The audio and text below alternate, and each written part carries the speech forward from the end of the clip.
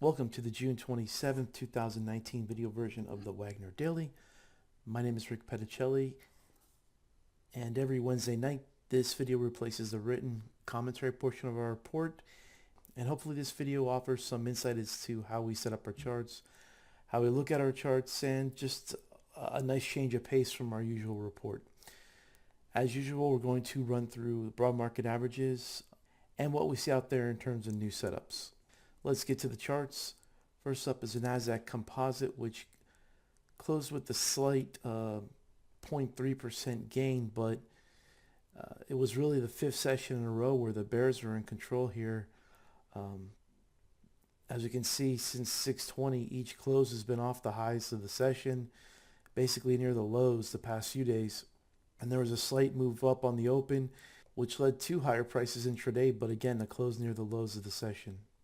And in the short term, the bears are in control. The price action is trading below a declining 5-day MA. This is the pink line here. So it looks like there could still be further downside. Same goes for the S&P 500. We have this bearish stalling day. We have a hangman type of candle at the highs here. There was a intraday, the market sold off and then recovered to the close, but that's not the type of action you want to see after a sharp rally up. So in the next few days, we have just weak closing action. Once again, that was the case on Wednesday. And this is also with the price action below a declining 5-day MA in pink here. And IWM also bears completely in control. Hasn't shown the ability to close above the open. And it's trending lower below all major moving averages here. The 5, 20, 200, 10, and the 50. And on to open positions in the model portfolio. We stopped out of INSP today, but it did manage to close with the bullish reversal candle. However, market conditions aren't ideal, so we're just going to go ahead and sit tight for now and not re-enter the position. But if this was a fairly strong market, we'd look to enter over today's high with the buy stop here. But again, we're not doing anything due to weak market conditions. We're still long run with a fairly tight stop beneath the rising 10-day MA to lock in gains.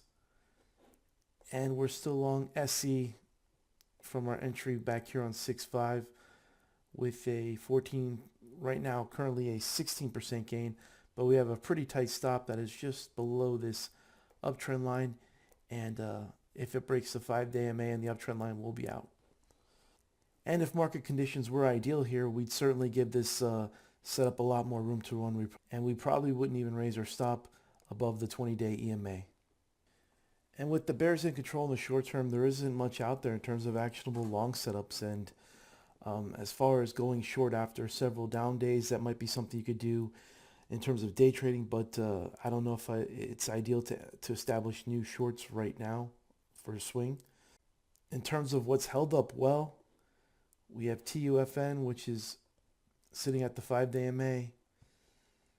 LK has pulled back in and hasn't shown much relative strength here, but if it can form some sort of reversal candle here off the lows, it might be in play as soon as conditions settle down. CATS has held above the 50-day EMA going sideways, looking pretty good. Just needs a decent market. AMRN formed a bullish reversal candle today. However, market conditions are not ideal, so not much you can do here. But if conditions were still strong, I think this could be an entry over the day's high with a stop beneath the day's low. INSP looks pretty good. If it continues to hold the 20-day EMA, it could be something we re-enter down the road again as market conditions stabilize. And the Lyft IPO still showing quite a bit of relative strength, just chopping around in the tight range, going above the rising 10 MA. A little bit of a shakeout day maybe to the 20-day EMA with a reversal candle might do the job here. As soon as the market settles down, this might be one to watch as well. And FTDR front door looking pretty good, but we wouldn't buy a breakout right now, but certainly something to keep on the watch list. And of course there's SMAR, which is still above the 20-day EMA. The 10 days above the 20 and the 20s above the 50. So all the moving averages are just about in the right order. It's just that market conditions are not ideal, as I've said several times. So it's tough to expect a strong stock to do much of anything. And before we wrap up tonight's video, I'd like to go over one very simple technique that we use to identify stocks that are potentially in play on the long side. Price, volume, and a few moving averages is really all you need to make money in the market. And I think SMAR earlier on is just a great example of that.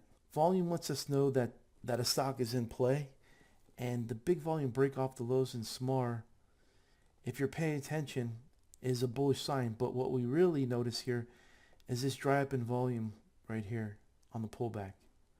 Then there's a pickup on the reversal bar. And then again, there's more volume on the move up. And then look at this dry up in volume on the sideways action. If you can find this type of dry up in volume, this is exactly what we want to see in a stock that's ready to move significantly higher in the short term. And the concept of a tight price range with a dry up in volume isn't something new. It's just something that generally works. And let's take a look at our recent buy entry and run here. I believe we entered over this tight range here, and the range tightened up and the volume dropped off here to a 10-day low on 6.6. So the combination of tight price action and a dry up in volume is something that's really catches our attention on the long side. Same for SC. We purchased SC on a pullback to the 20-day EMA. Volume dried up during the pullback, and then on 5/31 was the lightest it's been in several weeks.